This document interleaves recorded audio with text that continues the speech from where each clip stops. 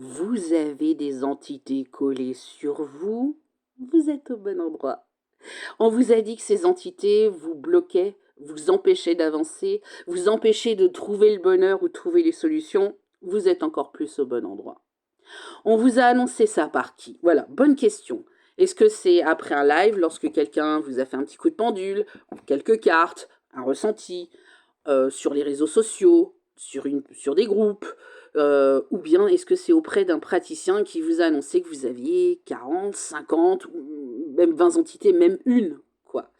Donc déjà, il faut que vous compreniez qu'on a beaucoup de praticiens d'énergétique qui ne sont pas du tout dans l'éthique, ou qui le croient malheureusement, et qui pensent qu'en vous disant ça, vous allez pouvoir consommer une consultation.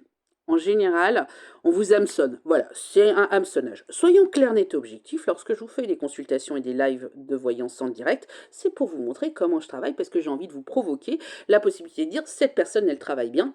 Ça fait partie du game. Mais là où c'est pas éthique, c'est de vous foutre la trouille et de vous manipuler pour vous donner l'impression que vous avez besoin de ce sort, de ce soin, de je ne sais quoi pour vous virer toutes ces entités.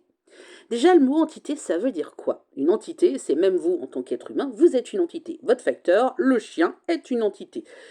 Est-ce qu'on peut considérer une larve énergétique comme une entité? Je ne suis pas sûre, parce qu'une larve énergétique, elle n'a pas d'intelligence.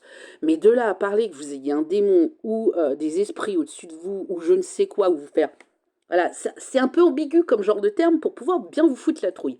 Honnêtement, les cas de possession, moi si j'en ai vu 5 dans toute ma vie en étant en étant fille d'exorciste, c'est le grand maximum. C'est ultra extrêmement rare. Et puis que des défunts vous collent, bon, il peut y avoir quelques fantômes qui ont l'impression avec lesquels vous pouvez avoir un peu de dialogue, ils vont pas vous empêcher de vivre ni d'avoir ces blocages. Bilan, remettez en question déjà cette idée, et surtout que sur les réseaux sociaux, on voit des gens qui viennent vers moi en me disant « On m'a dit que j'avais 40, 50, 80 entités sur la gueule !» Moi, je hurle à l'intérieur de moi. Je hurle. Je hurle de panique tellement, ben, j'ai envie de dire, vous êtes naïf, quoi. Malheureusement, la vie, ce sont des blocages. Votre système peut être un blocage. Vous pouvez vivre des problèmes sans forcément que ça soit une cause ésotérique ou une cause d'entité ou je ne sais quoi. Ça fait aussi partie de la vie et ça, faudra peut-être apprendre à ça aux gens, quoi.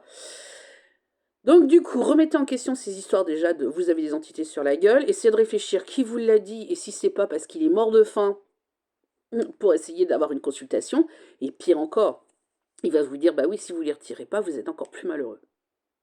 Chantage jusqu'au bout. Donc voilà, venez me dire si vous aussi vous avez été contacté, comment vous avez été contacté par un praticien, comment on vous a dit que vous aviez des larves dessus, et est-ce que vraiment, si vous avez fait ces soins, est-ce que ça vous a vraiment sorti du merdier?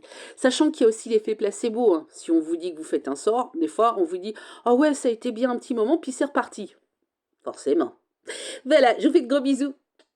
À très vite pour de nouvelles aventures.